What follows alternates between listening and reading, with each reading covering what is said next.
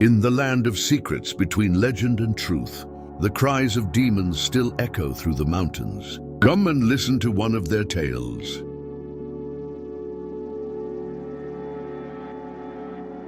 In the heart of ancient Persia, in an old village cradled by towering mountains and verdant plains, a terrifying legend was whispered among the people.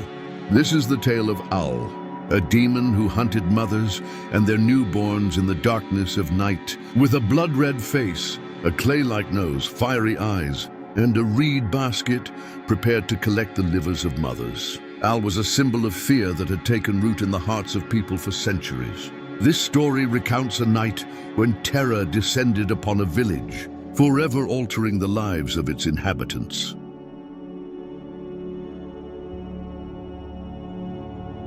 In one of the ancient villages, mud brick houses with thatched roofs lay in an apparent calm. Narrow, dusty lanes, marked by the tracks of cows and sheep, led to the village square, where an old well with polished stones held the stories of generations. A cool breeze blew from the surrounding forests, carrying the scent of earth and wild herbs through the air.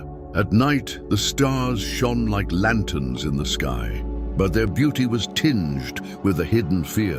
The villagers, who lived by farming and herding, never lingered alone in the dark. Old tales of a creature called Al were whispered in their ears, a being that stalked its prey in the shadows of the night.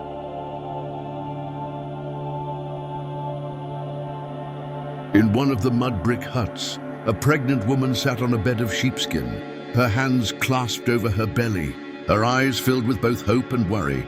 The fire in the hearth cast trembling shadows on the mud walls, and the crackling of burning wood broke the silence. Her husband, a sturdy man with calloused hands from toiling in the fields, sat beside her, staring into the flames. The village's elderly women, their eyes brimming with experience and fear, recounted tales from the past. Al is a demon who comes on the 6th night after childbirth. With fiery eyes and a knife that glimmers blue, she steals the livers of mothers and sometimes replaces newborns with demonic creatures. One of the old women, her voice quivering, added, "Years ago in this very village, a young mother fell victim to Al. The next morning, only an empty basket was found beside her bed. The pregnant woman tightened her grip on her belly, as if to shield her unborn child from this nightmare.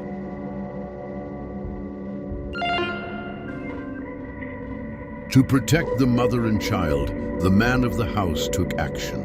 He went to the storeroom and gathered iron tools, a knife with a wooden handle, a pair of scissors passed down through generations, and nails forged from raw iron.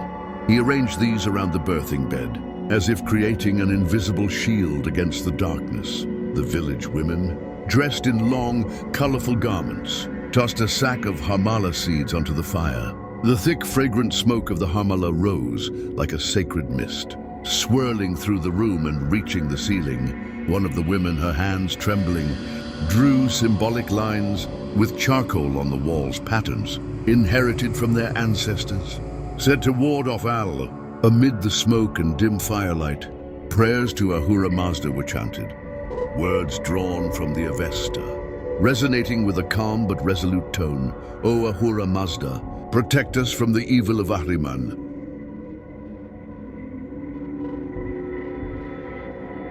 The day of the birth arrived. In a small hut, with the help of the village midwife, a healthy baby was born. The child's cries, like a divine melody, echoed through the mud walls. The women of the village, with weary but joyful smiles, brought gifts of fresh bread, wild honey and hand-woven fabrics. In the village square, a small celebration took place. Men played drums and women sang ancient songs. Yet amidst this joy, a shadow of unease lingered. Everyone knew the 6th night was approaching. The man of the house, his face resolute, stoked the fire brighter and secured the iron knife beside the bed. The mother, still weak from childbirth, held her baby close, gazing into its tiny eyes as if trying to pour all her love and strength into them.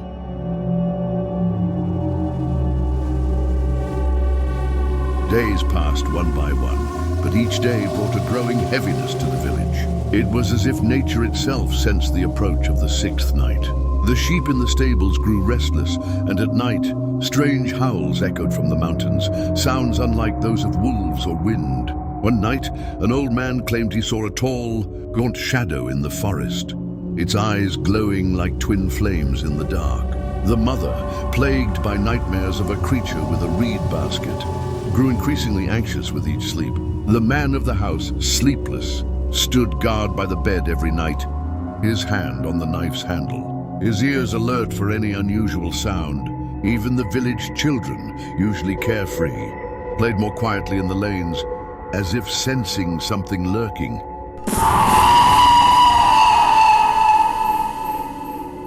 The sixth night arrived, and the air grew unnaturally heavy.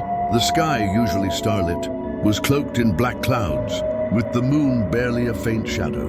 The fire in the hearth, always blazing, dimmed without reason, and the smoke of the hamala, meant to protect, seemed to falter against an invisible force. Unnatural shadows danced on the mud walls, as if unseen beings prowled the room. The sheep in the stables bleated in unison, and the village dogs, usually silent, began to bark. The mother, clutching her baby, felt her heart pounding in her chest. She looked at her husband and whispered, trembling, "Something's here. I can feel it." The man, his eyes filled with resolve, replied, "Whatever it is, I won't let it near you."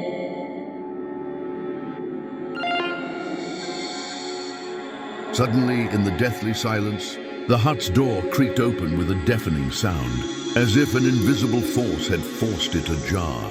A cold wind rushed in, extinguishing the candles on the shelf. At the threshold stood Al. She was a gaunt, skeletal woman, her skin gray as if crafted from grave dirt.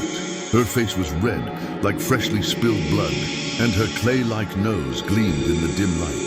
Her eyes, like twin flames, burned in the darkness, and her tangled hair writhed like black serpents. In one hand, she held a reed basket reeking of death and decay. In the other, a knife with a blue gleaming blade shone as if forged from moonlight. A sound emerged from her throat, not human, but a blend of howls and wails that froze the blood in one's veins.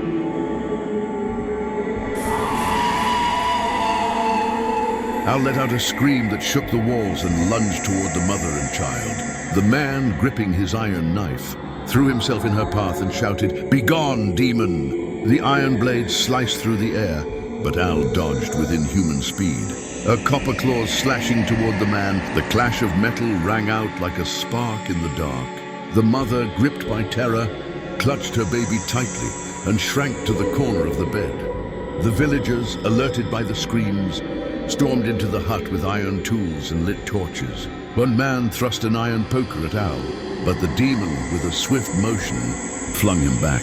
Al's reed basket reached toward the baby, as if ready to steal its life.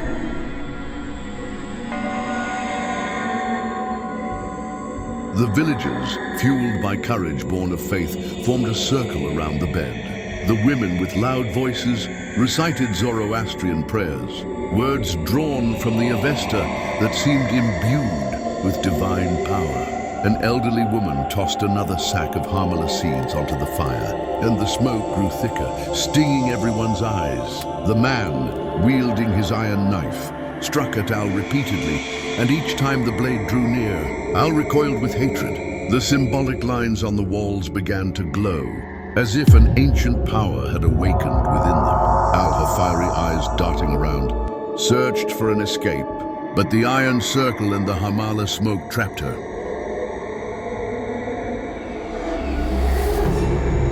In her fury, Al raised her hand toward the fire and with a demonic force extinguished the flames.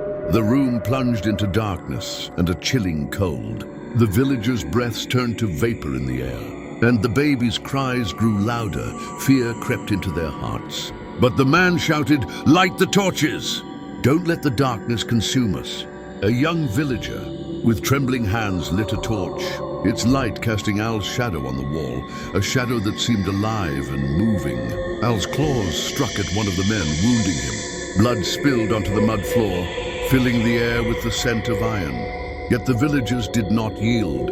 With torches and iron tools, they tightened the circle and chanted their prayers louder.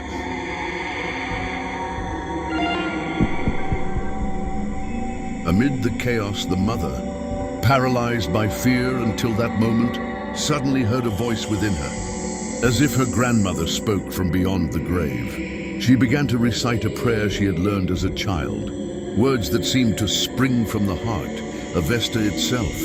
O Ahura Mazda, let your light shine upon us and vanquish the darkness. With each word, the iron tools in the villagers' hands began to glow, as if infused with divine power. The man's knife, now shining like a star, was aimed at Al. The demon, seeing this light, let out a cry of pain and retreated. The harmless smoke, growing thick again, formed an invisible wall around her.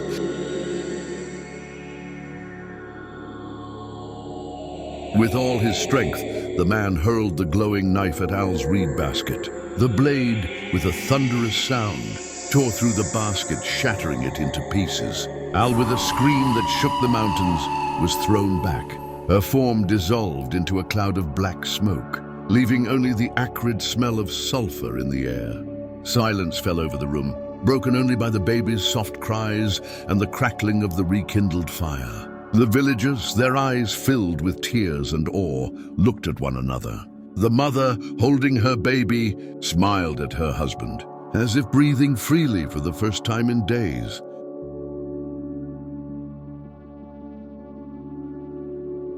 The next morning, the sun rose over the mountains, bathing the village in golden light. The villagers, still reeling from the night's battle, gathered around the hut. The mother and child were safe, and no trace of Al remained. The women, filled with joy, brought fresh bread and goat's milk, while the men, with respect, praised each other's bravery. Yet a hidden fear lingered in their hearts. Had Al truly gone for good, or was she merely biding her time in the shadows?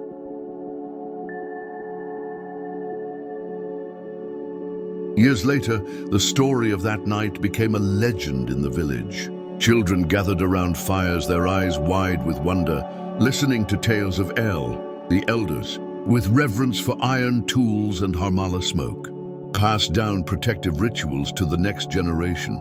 The tale of Al was not just a story of terror, but a reminder of the power of faith, unity, and ancient traditions that saved the village from darkness. Are there creatures like Al in your culture that stir fear and dread in people's hearts? Do you believe such beings could be real? Or are these stories merely crafted for caution and teaching? Share your thoughts with us.